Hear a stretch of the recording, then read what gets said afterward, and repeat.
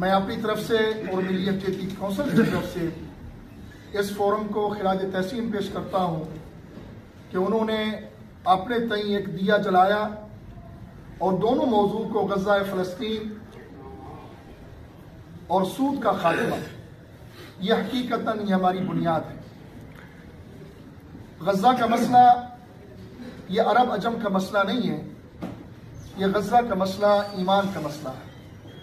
सुब्हानल्लज़ी अस्रा बिअब्दिही लैलन मिनल मस्जिदिल हराम इलल मस्जिदिल अक़सा।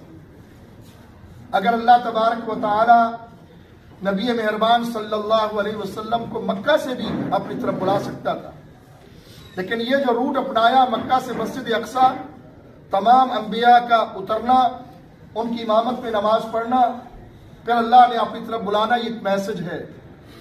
ये तुम्हारे ईमानी गरक का तकाजा है कि मस्जिद अक़सा और गज़ा और इसकी तरफ तुम आवाज बुलंद नहीं करनी बल्कि खड़े होना है। चलना होगा तो चलेंगे, चलना होगा तो चलेंगे, मंजिलों के उस पार भी। 2-4 कदम चलना फिर मुड़ना फितरत नहीं अपनी। मेरे भाइयों, हुकूमतों को और लीडरान को चाहिए तो ये था कि वो ज़राअत और सनत पे तवज्जो करते ताकि यहाँ की अवाम जो है वो भी सुख का सांस लेते और उनका मियार जिंदगी भी बेहतर होता। मगर हुकूमतों ने इस तरफ तवज्जो नहीं दी। आपस के रस्साकशी में अवाम बेचारी महरूम रही। चाहिए ये है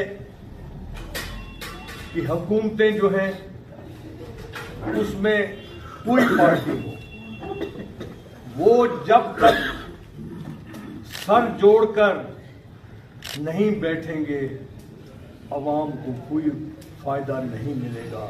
ये जब सर जोड़कर बैठेंगे इंशाअल्लाह अवाम का भी फायदा होगा और मुल्क भी तरक्की करेगा। तहरीर के जरिए, तकरीर के जरिए, अखबारात के जरिए मैं कहता हूँ कि किसी न किसी रंग में अपनी शम्मा को जलाते रहें। दूध कोई इतना बावसाइल आदमी भी नहीं है। वसाइल ना होने के बावजूद अपनी हिम्मत, जुर्रत, शुजात के साथ अपने परचम को सर ने को नहीं होने दिया। मैं तो खराज तस्लीम पेश करते हुए आज न्यू कौमी यकजहती कौंसिल ने जिस बात को उठाया है बहुत बड़ी बात है। ये मैं नहीं समझता कि इसके नतायज फौरी तौर पर आ जाएंगे। नतायज की हम मुकल्लफ ही नहीं, नतायज कुछ हों। हम जो हक समझते हैं, जिस बात को सच समझते हैं, तो मेरे साहब के इलाके के आदमी ने ये कहा था ना कि तू दीवा माल के रख जा, हवा जाने खुदा जाने, तू मेहनत कर ते मेहनत दा सिला जाने खुदा जाने। तो दीवा माल के रख जा, हवा जाने खुदा जाने। वो शम्मा जलती रहे, हवाएं आती रहे, आंधियां चलती रहे, चिराग अपना जलता रहेगा। आपने जिस तरह इस रोशनी को फैलाने की कोशिश की है, ये काबिल तारीफ है, काबिल तहसीन।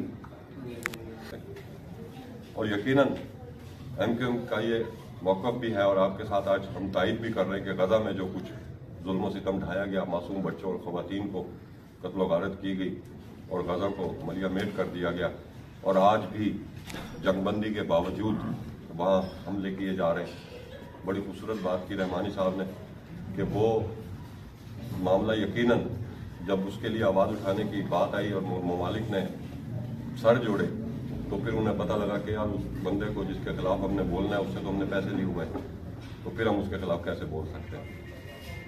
तो यकीनन इसके लिए बहुत ज़रूरी है। और मैं सलाम पेश करता हूँ भाई सलीम को मुल्तान से, जिन्होंने ये आगाज़ किया और हमारा न सिर्फ पाकिस्तान बल्कि दुनिया में नाम सर फ़ख्र से बुलंद हुआ मुल्तानियों का कि चलो सूद के खिलाफ कहीं से कोई आवाज़ तो उठी। काम किया as a security head Multan reason.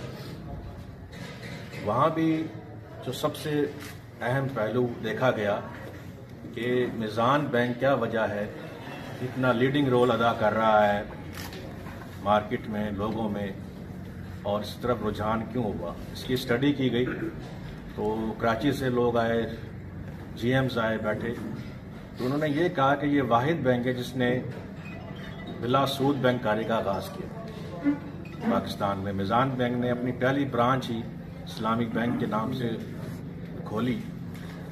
अलबत्ता तरीक़ाकार जो भी है, लेकिन एक बात है कि वो उसको फॉलो करने की कोशिश कर रहे हैं, और जिसकी वजह से एटलीस्ट हमारे लोगों ने बड़ा उसको सपोर्ट किया। पाकिस्तान में एटलीस्ट ये सोच है कि ऐसी ऑप्शन हो जहाँ पे हमें एक प्लेटफॉर्म मिले कि हम बिला सूद बैंककारी कर सकें। तो उस मीटिंग में बैंक अल हबीब ने भी फिर उस वक्त सोचा कि जी हम इस्लामी बैंकिंग मुतारिफ कराएं। इसी बयान में उसने गजा के मतलब महाजरीन का नाम दिया गया और हम नई बस्ती बात करेंगे। उसके कॉन्सिक्वेंस कुछ भी निकले, लेकिन हालात ख़तरनाक सूरत क्या कर रहे हैं, ख़ासकर हम मुसलमानों के लिए। और उसकी धमकी को धमकी नहीं समझना चाहिए, बल्कि उसके लिए कोई जॉइंट एक्शन लेना चाहिए जो हम में नापैद है कि हम 57 मुल्क हैं और कुछ भी नहीं कर सकते। 50,000 के करीब हमने शहादतें दी, जिसमें ख्वातीन और बच्चों को देख के तरस